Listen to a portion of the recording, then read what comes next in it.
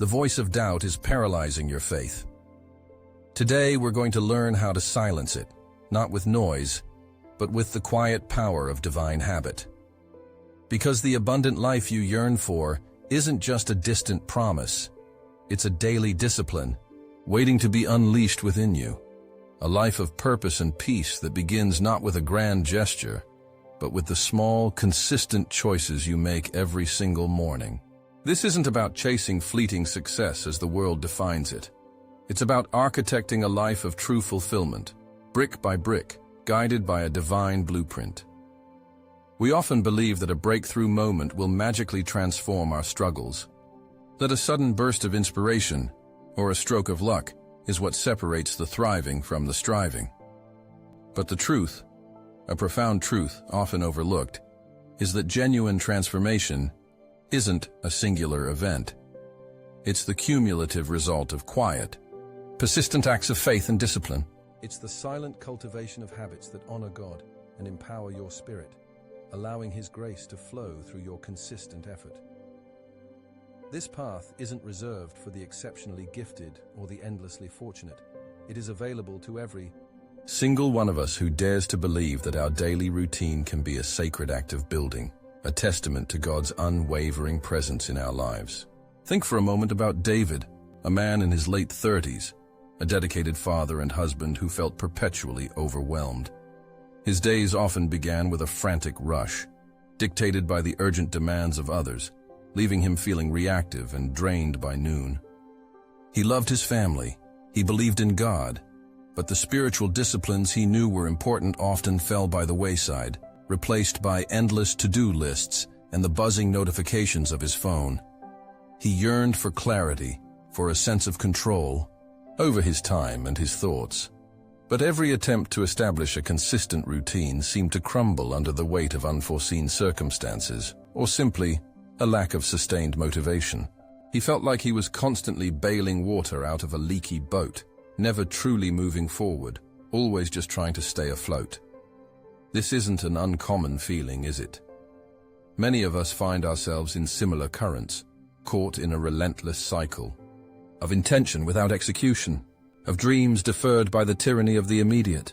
We know the principles of a purposeful life. We hear the sermons, we read the books, yet translating that knowledge into daily action feels like scaling a sheer cliff face.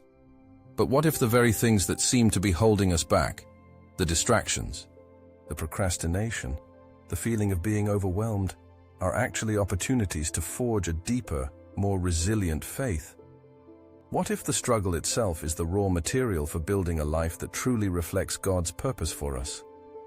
It is precisely in these moments of perceived weakness that we can choose to turn, to reprioritize, and to lay down the foundational habits that will transform our internal landscape and, consequently, our external reality. If David's story resonates with you, if you're ready to stop merely reacting to life and start intentionally creating it, then I invite you to step into this journey with us. Take a moment to share your own biggest daily challenge in the comments below, and consider subscribing to join a community of believers dedicated to building lives of purpose, one habit at a time. Your insights are invaluable to us, and together we can uplift and encourage one another. One of the most insidious obstacles we face is the crushing weight of tasks we dread. The hard things that get pushed to the bottom of the list, accumulating like spiritual dust bunnies. For David, it was the persistent feeling that he wasn't doing enough to prepare for his future, that he should be learning new skills, reading more, or deepening his understanding of complex financial topics. But the sheer mental effort required to start these daunting tasks often led him to scroll mindlessly online instead, a temporary escape that only deepened his sense of inadequacy. This avoidance creates a spiritual stagnation, a subtle erosion of confidence that whispers, "You're not capable." We see this principle beautifully illustrated in the story of Nehemiah, who faced the monumental task of rebuilding Jerusalem's walls. It wasn't one grand, miraculous event. It was thousands of individual people, each placing one stone, day after day, despite ridicule, exhaustion, and threats. They disciplined themselves to do the hard thing, to carry the heavy stones, to stand guard, to keep building even when it felt impossible. Nehemiah's people didn't wait for inspiration. They acted in obedience and faith. And in doing so, they built not just a wall, but a testament to their perseverance and God's faithfulness. This isn't just about physical labor. It's about the mental and spiritual grit required to tackle the uncomfortable, the challenging, the things that stretch us. Are you allowing the discomfort of a necessary task to delay the blessings that lie beyond it? Another formidable obstacle is the relentless assault of external noise and negative influences. In our modern world, the battle for our attention is fierce, and our energy, that precious fuel for discipline and ambition, can be quickly depleted by those who drain us. David found himself caught in endless online debates or listening to colleagues whose conversations revolved solely around complaints and cynicism.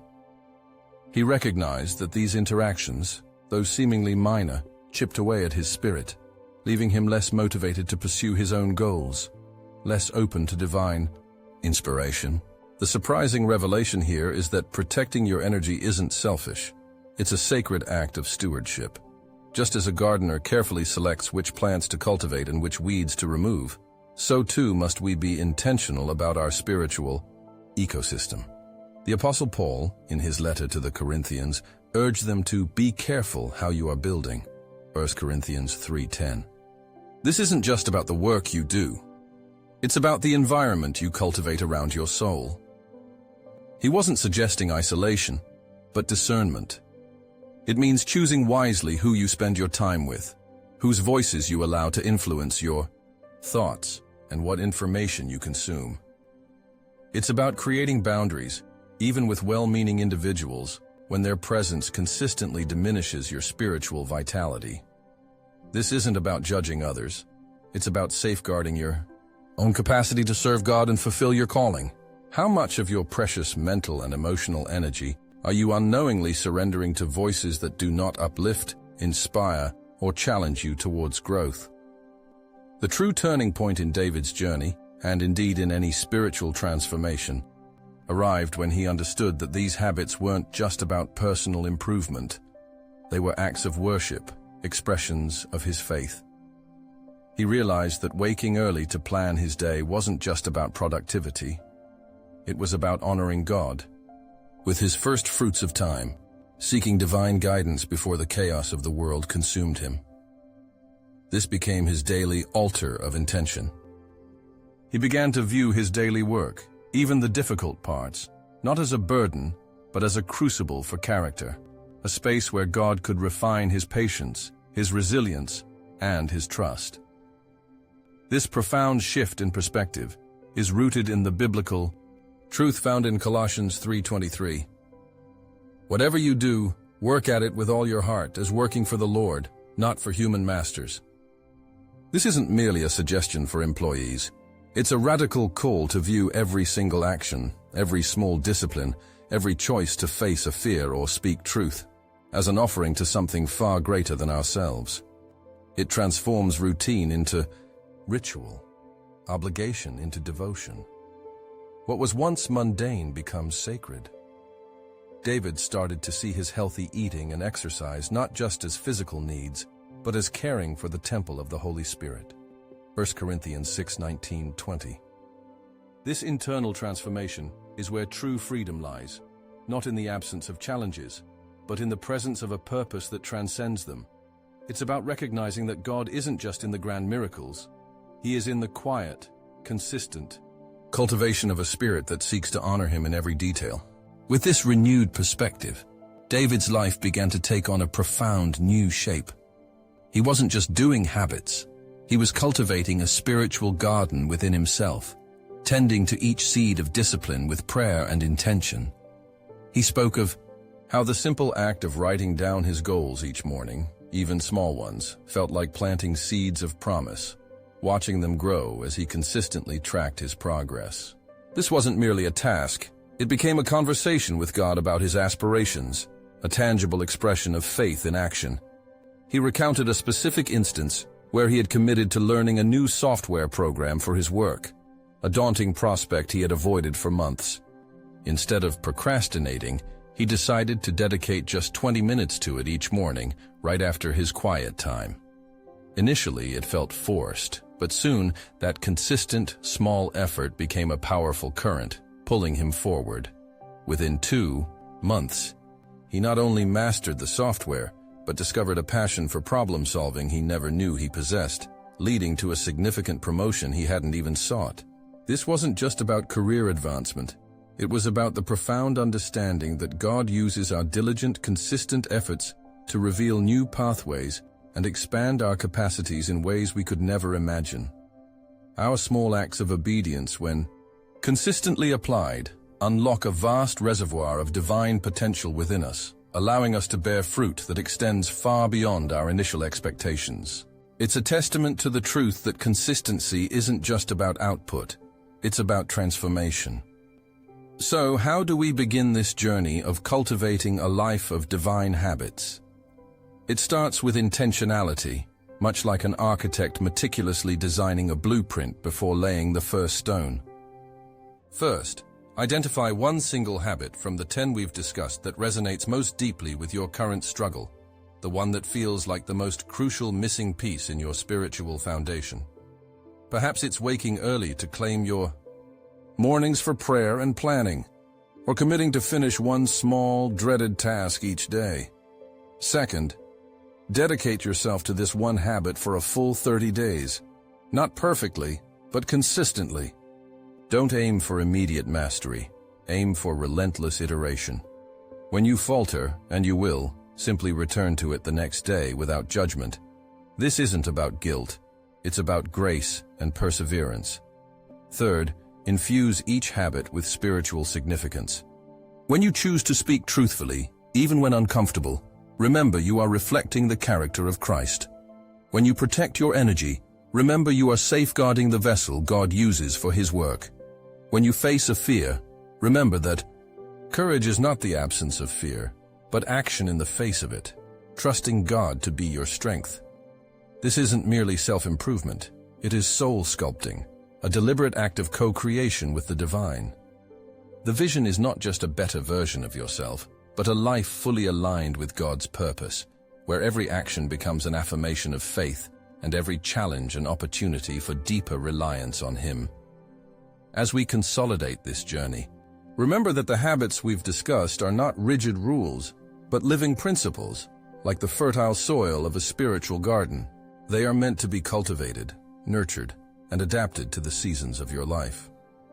The future vision for you is not a life free of problems, for challenges are inherent to growth, but a life where you possess the spiritual resilience, the divine discipline, and the unwavering faith to navigate every storm with grace and purpose. Imagine yourself a year from now, waking with intention, tackling difficult tasks with quiet confidence, learning something new each day that expands your understanding of God's world, and surrounded by people who uplift your spirit. This isn't a fantasy. It's the natural outcome of consistent, faith-infused habits.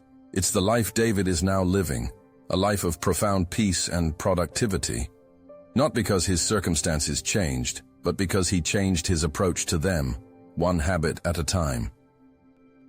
The true success we seek is not found in external accolades, but in the internal transformation that allows us to walk in alignment with God's will, fulfilling the unique purpose for which we were created. This journey is not a race.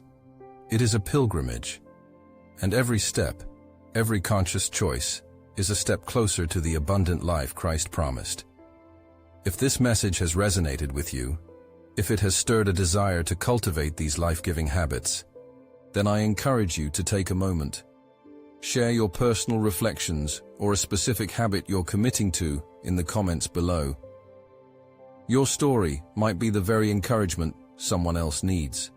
And if you feel led, consider sharing this video with someone who might be searching for a similar message of hope and transformation. Together, let's build lives that truly honor God, one deliberate, faith-filled habit at a time.